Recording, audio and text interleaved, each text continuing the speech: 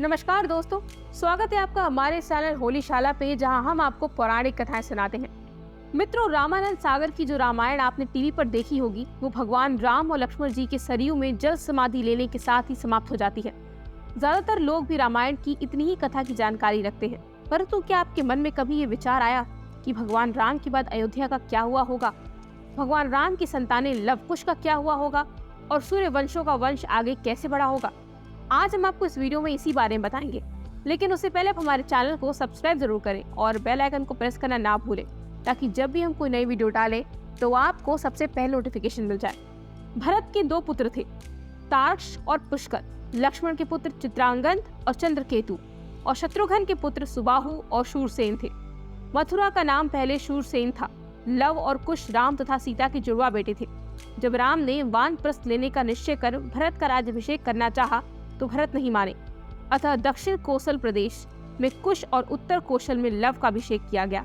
राम के काल में भी कौशल राज्य उत्तर कौशल और दक्षिण कौशल में विभाजित था। कालिदास के रघुवंश अनुसार राम ने अपने पुत्र लव को शरावती का और कुश को कुशावती का राज्य दिया था। शरावती को श्रावस्ती माने तो निश्चय ही लव का राज उत्तर भारत में था और कुश का राज दक्षिण कौशल में था। कुश की राजधानी कुशावती आज के बिलासपुर जिले में थी। कोसला को राम की माता कौशल्या की जन्मभूमि माना जाता है। रघुवंश के अनुसार कुश को अयोध्या जाने के लिए विंध्याचल को पार करना पड़ता था। इससे भी सिद्ध होता है कि उनका राज्य दक्षिण कौशल में ही था। राजा लव से राघव राजपूतों का जन्म हुआ, जिनमें बुजुर्गर, जयास और सिकवारों का वंश चला। इसकी दूसरी शाखा थी सिसोदिया राजपूत वंश की, जिनमें बैछला और गहलोत वंश के राजा हुए। कुश से कुशवाह राजपूतों का वंश चला। ऐतिहासिक तथ्यों के अनुसार लव ने लवपुरी नगर की स्थापना की थी, जो वर्तमान में पाकिस्तान स्थित शहर लाहौर है। यहाँ के एक किले में लव का एक मंदिर भी बना हुआ है। लवपुरी को बाद में लौहपुरी कहा जाने लगा। दक्षिण पूर्व एशियाई देश लाओस, थाई नगर लौहपुरी दोनों ही उनके नाम पर रखे गए स्थान हैं।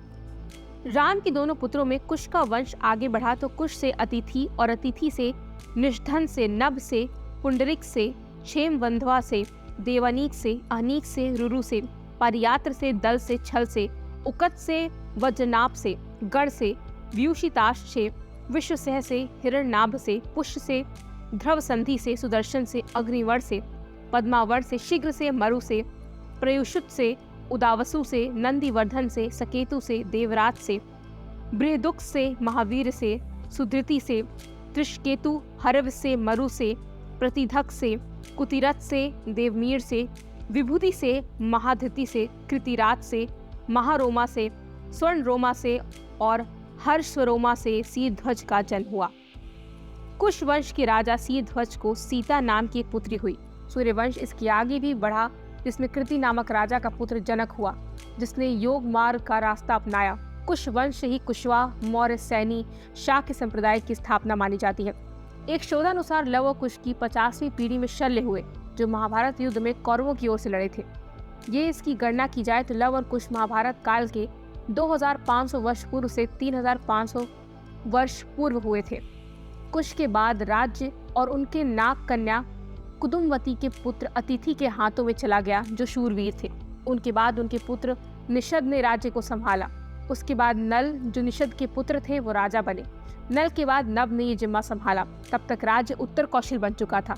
नभ के बाद पुंडरीक, फिर शेमधानव, देवानीक, अहिनागु, परियात्रा, शील, नाभि, शिखंड, हरिद्श्वा, विश्ववासा, हिरण्यभा, कौशल्य, ब्रह्महिष्ठा, पुत्रा, पुष्य और उसके बाद ध्रुवा संधि ने राज्य संभाला। तब तक राज्य काफी बदल चुका था। ध्रुवा संधि की अकाल मृत्यु के बाद 6 साल का बेटा सुदर्शन गद्दी पर बैठा। उसके बाद अग्निवर्णा दूसरी पीढ़ी का राजा बना। अग्निवर्णा ही वो राजा था जिसके कारण रघुवंश का खात्मा हुआ। अग्निवर्णा हमेशा महिलाओं में व्यस्त रहता था। अग्निवर्णा बहुत कमजोर राजा था, लेकिन कोई भी अन्य राजा रघुवंशियों से भिड़ना नहीं चाहता था, इसीलिए राज्य पर आक्रमण नहीं किया। उसकी मृत्यु बहुत जल्दी हो गई और तब उसकी पत्नी गर्भवती थी। इसी के साथ रघुकुल का अंत हुआ था।